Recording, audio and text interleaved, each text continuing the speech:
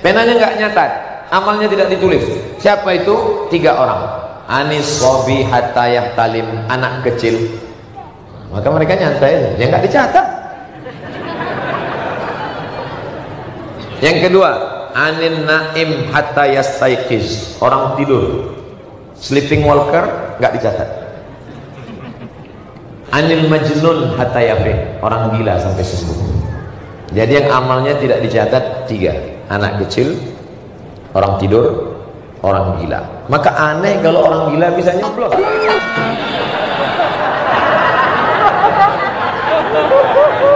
Karena dia dalam hukum Islam tidak berlaku. Kok bisa ke situ beloknya ini?